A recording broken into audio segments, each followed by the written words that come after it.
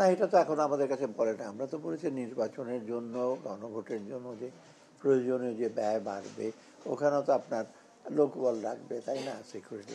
এটা আমরা বলেছি যে ওপেন। আমাদের বাজেটটা এখন আমরা রিভাইজ করছি, কিন্তু নির্বাচনের বাজেটটা আমরা এখন ওই অন্য মন্ত্রণালয়ের বাজেটটা লাস্ট ডেট দিয়েছি যে এত তারিখের মতো আপনার বলে দেয়, কারণ ডিসেম্বরে আমরা বাজেটটা রিভাইজ করব, জানুয়ারিতে আমরা রেডি করে রাখবো পরবর্তী যে সরকার আছে তাদের জন্য। নির্বাচনের বাজেটটা সবগুলো ওপেন আছে, তো নির্বাচনটা আমার মনে হয় শিডিউল ঘোষণাটার পরে বোধহয় ওরা আর নতুন করে কোনো খরচ, কন্টিনজেন্সি খরচ থাকতে পারে, তাই না, ইমার্জেন্সি খরচ থাকতে পারে, সেটা তো মিট করা যাবে, সেটা তাদেরও কিছু ফান্ড আছে ফাইন্যান্স মিনিস্টার। অর্থাৎ নির্বাচনের ব্যাপারে কোনো চিন্তা করার দরকার নাই। হ্যাঁ, বাজেটের বিষয়ে বিভিন্ন মন্ত্রণালয় জানাতে বলেছে, একটা তারিখ আছে। আমি একটা সার্কুলার, একটা ফর্মাল লেটার যায়, এগুলো সব আইন বিধিগত। বাজেটের যে কোনো জিনিসই কিন্তু আমরা ফলো করি ফাইন্যান্সিয়াল রুল আর কি। তো এটা একটা সময় দিয়েছে ডিসেম্বরের শেষের দিকে, এটা হয়তো আমার কাছে প্লেস করবে, তারপর আমি ইসেতে যাবো, মানে ইসেতে অ্যাডভাইজারি কমিটিতে। এইটা চালটা নন বাসমতি ভারত থেকে আসবে, ভারত থেকে আসবে, কিন্তু সাপ্লাই, এটা তো কম্পিটিটিভ সাপ্লাই কিন্তু সিঙ্গাপুরে। কারণ আমরা তো আর বলবো না যে ভারত থেকে আনবেন না, থাইল্যান্ড থেকে আনবেন না, মায়ানমার থেকে আনবেন না।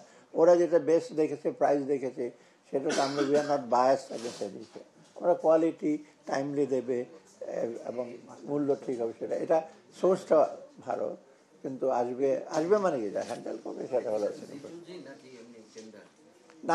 এটা টেন্ডার G2G হলে তো আপনার স্পেসিফিক ভাড়া কমার ব্যাপার আমি কিছু বলবো না, কারণ ওদের রিকোয়ারমেন্ট কত রকম। যেমন একটা গণভোটের ব্যাপারটা আসছে, এটা তো আগের যখন আমরা বাজেট দিয়েছি সেই ওই প্রজেকশনে ওদের এটা ছিল না হয়তো।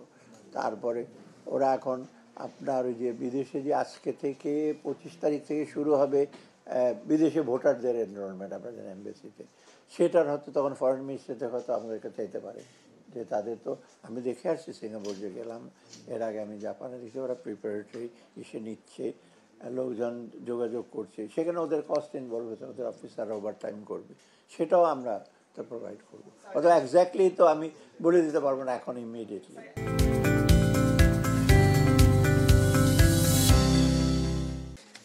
এই ব্যাপারে আমি সঠিক উত্তর দেওয়ার দরকার নেই।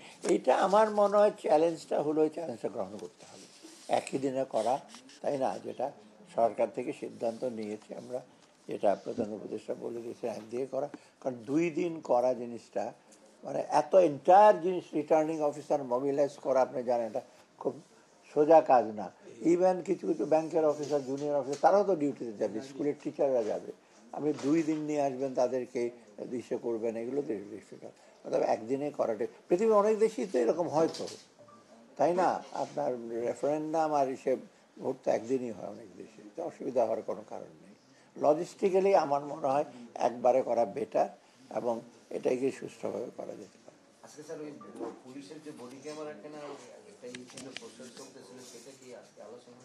না, বডি ক্যামেরাটা আমরা একটা সিদ্ধান্ত নিয়েছি, বডি ক্যামেরা যেটা হবে সেটা ঠিক এখানে পারচেজ কমিটি এসে ওরা একটা ডিসিশন হয়েছে, ওদের যে রেসপেক্টিভ যে এজেন্সি আছে ওদেরকে আমরা বলে দিয়েছি বাজেট যেটা আছে ওটা আপনারা ব্যবহার করেন, এবং সেটা অ্যাপ্রুভ দেবে, ওরা ওদের নিজস্ব মানে স্বচ্ছ পদ্ধতি ওরা প্রকিউর করবে, সংখ্যাটা ওরা করবে, ঠিক, আমি অ্যাপ্রুভ করতে পারবো।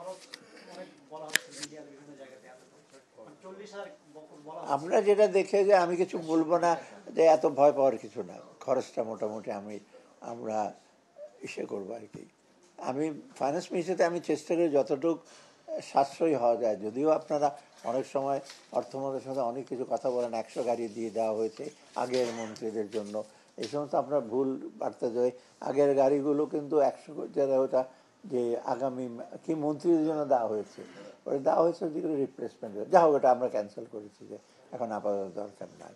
না, এটা আমি ঠিক করব না, এটা তো সে আমাদের দায়িত্ব না, এটা আপনার স্বরাষ্ট্র মন্ত্রণালয়, তাদের যে এজেন্সিগুলো আছে তাদের সাথে বসে, কারণ ব্যবহার করুক, ওখানে তো ইনভলভ কিন্তু স্বরাষ্ট্র মন্ত্রণালয় ডিরেক্টলি, এবং ইসিরও কিন্তু ওই কেনার ব্যাপারে, বডি ক্যামেরার ব্যাপারে দায়িত্ব না। ইসি বলে দেবে যে এইসব জায়গায় তোমরা নেবে, এবং ক্যামেরা বা কী কী সুরক্ষা করবে এটা স্বরাষ্ট্র মন্ত্রণালয়, ওদের পুলিশ বিজিবি আছে, ওদের র্যাব আছে বা এবার অন্যান্য সংস্থাগুলো আছে